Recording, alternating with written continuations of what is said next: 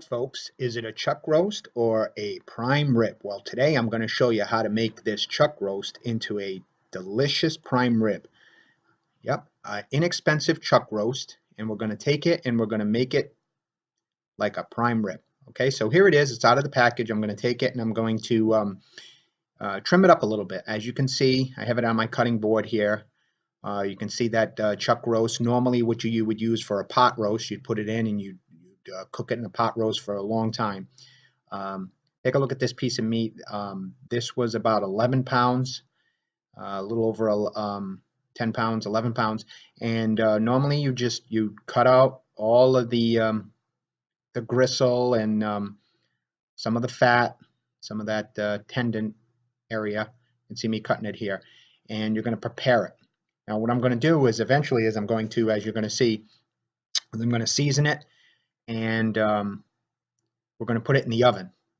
So here it is. You can see all the little connecting fibers and look at the size of it. Doesn't that look like a prime rib? So here it is. It's a little bit trimmed up. We're going to take it and we're going to put a liberal amount of salt on it. We're going to really salt this thing. It's a big piece of meat. Remember, this thing is trimmed down now. It's about 6.95 pounds. And we're going to put it in the oven. We're going to slowly cook it, but you're going to put a lot of salt on it. And then I'm going to tie it up. I'm going to make it so that it's nice and uniform all together. So salt it down. Feel free. I'm using kosher salt here. You can use sea salt if you like. Kosher salt, I like the flavor of kosher salt. It's big, it's chunky, it's got a good look to it. And I look like a professional chef when I do it. So here I am and just put a lot of salt on there.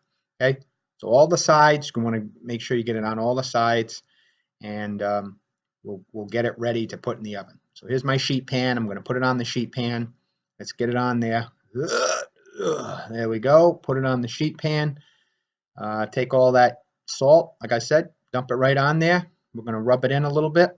Okay, here it is on the sheet pan and through, and there it is. It's tied. Now I'm going to put a little, I put it in the refrigerator overnight, but now I'm going to put this nice little rub on there. I got some minced garlic, as you can see, a couple of tablespoons of that. And it sat overnight, tied it up, and I had it in the refrigerator downstairs. So I'm going to uncover it in the refrigerator. So about 2 big heaping minced garlic, and I have some onion flakes here. I'm going to mix in the onion flakes, dried onion flakes, just enough. I'm going to put some in there, a couple of tablespoons. I'm eyeballing it here. Of course, you got to have coarsely ground black pepper. You can grind it yourself. I'm always looking to save some time, so I'm going to put a little of that pepper in there. I'm going to put a little more salt, not as much, because remember we salted it. So we're going to put a little, just a handful, little maybe tablespoon or so right there. I'm going to mix it in. Remember, that's a big piece of meat, and get a good quality extra virgin olive oil. I like to use that. Certainly you can use other oils if you want. You can use vegetable oil or canola oil. The point is you want to mix this up, thoroughly mix it. Right, there it is. It's all in there. We're going to mix that all up together. I'm going to give it a good stir. Make sure it's all incorporated. And then we're going to apply it right to the roast. We're going to put it all over the roast, and we're going to kind of massage it in, get it in there, and we're going to let it set. Let it set for an hour or so on there before we stick it in the oven. So we're putting it all on there, get it all rubbed in. There we go. There we go. Just like a nice little back massage, rub it in there. And you want to get it all in the nooks and crannies of the roast. Okay? Get it? Don't be shy about it. And you're going to want to put it all over. Now I put it on a screen rack so that it would be off on the sheet pan. That's a good technique. You don't need one of those, but if you don't, sometimes you can put celery or carrots underneath it so it's elevated, so it doesn't sit in, the fat that renders. So nice quality sheet pan and some a rack would do too. So I got it all over. I'm going to make sure that it's thoroughly coated. I don't want to waste any of that precious garlic and onion and spice mixture. It's just simple. You don't have to go crazy. Of course, if you didn't have fresh garlic or store-bought pre-chopped garlic, you could use garlic powder. Right, so we're going to rub it all over, and then we're going to get this ready to we're going to cover it with some tin foil. So here we go. We're going to put it right there, get it ready. Nice. There it is. All right, there's that beautiful specimen, and I'm going to get my foil ready, extra heavy duty foil. You can see it where you can see where it's kind of like adhere to it. It's coated nicely. I'm going to put the foil on. I'm going to keep it nice and tight.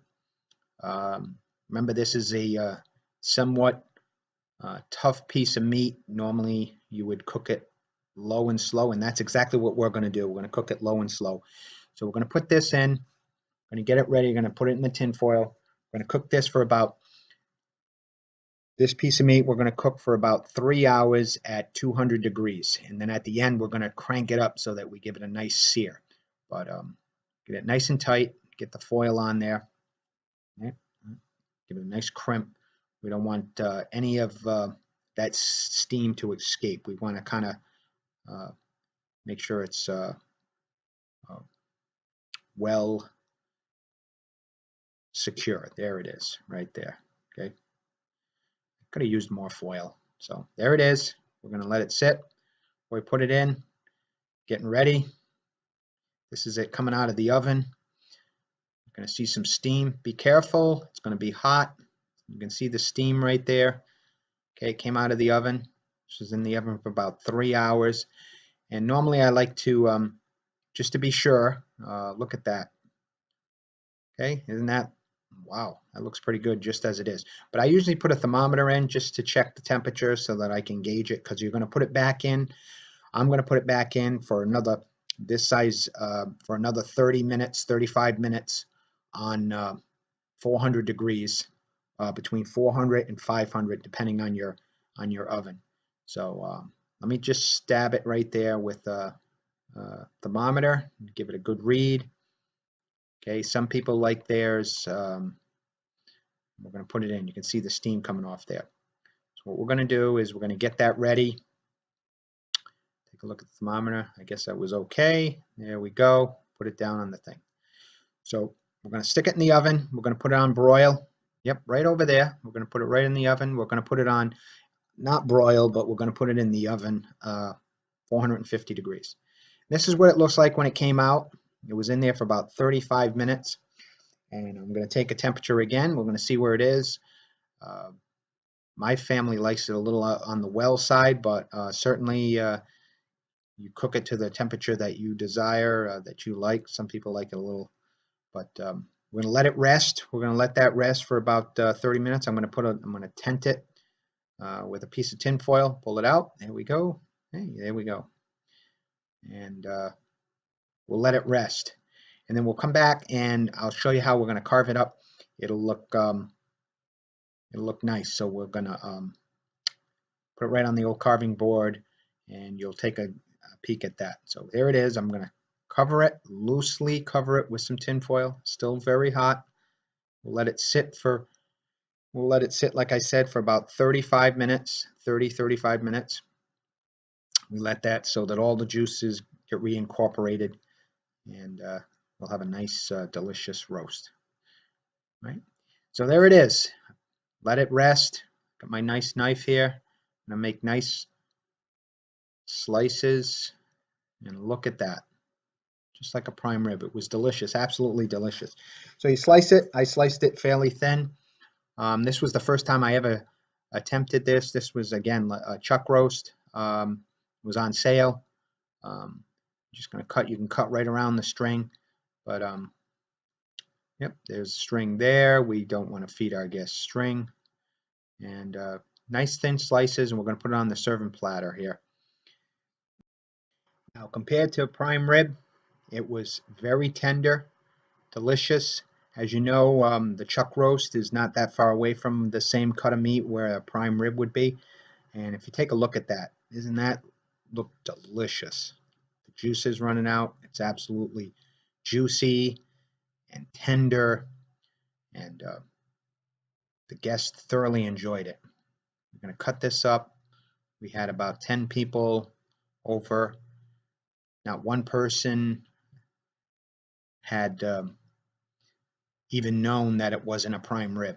I didn't tell them until afterwards. It was quite revealing that this could have passed as a prime rib, and most people didn't even know it.